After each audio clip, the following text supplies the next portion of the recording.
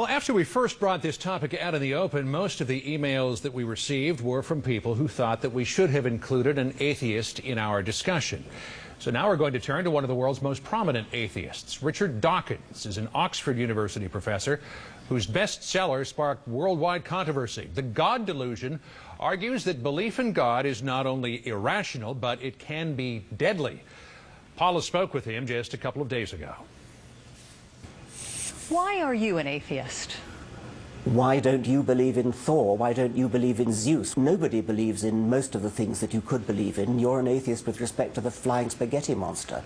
I'm an atheist with respect to the Judeo-Christian God because there is not a shred of evidence in favor of the Judeo-Christian God, or indeed any other God.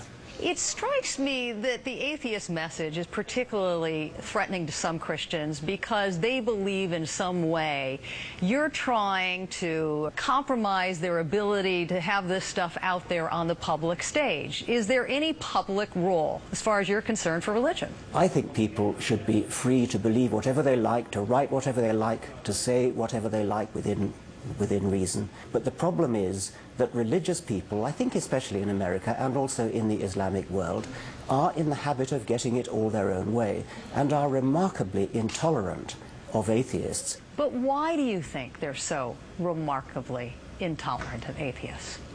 Well, I think there's a sort of historic misunderstanding of what atheism is.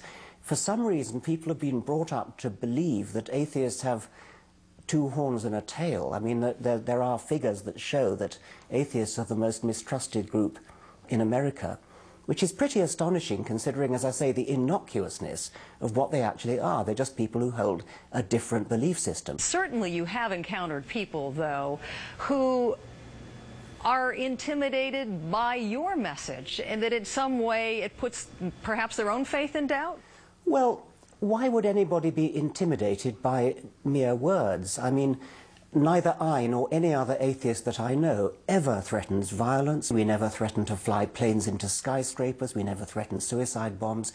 We're very gentle people. All we do is use words to talk about things like the cosmos, the origin of the universe, evolution, the origin of life. What's there to be frightened of in just an opinion? Final question. How would you characterize the overarching public reaction to atheism? Misunderstanding and really missing an awful lot of what's valuable, because if you're an atheist, you know, you believe this is the only life you're going to get. It's a precious life, it's a beautiful life, it's something that we should live to the full, to the end of our days, whereas if you're religious and you believe that there's another life somehow, that means you don't live this life to the full because you think you're going to get another one. That's an awfully negative way to live a life. Being an atheist frees you up to live this life properly, happily and fully. Richard Dawkins, we really appreciate your time tonight. Thank you so much for joining us. Thank you.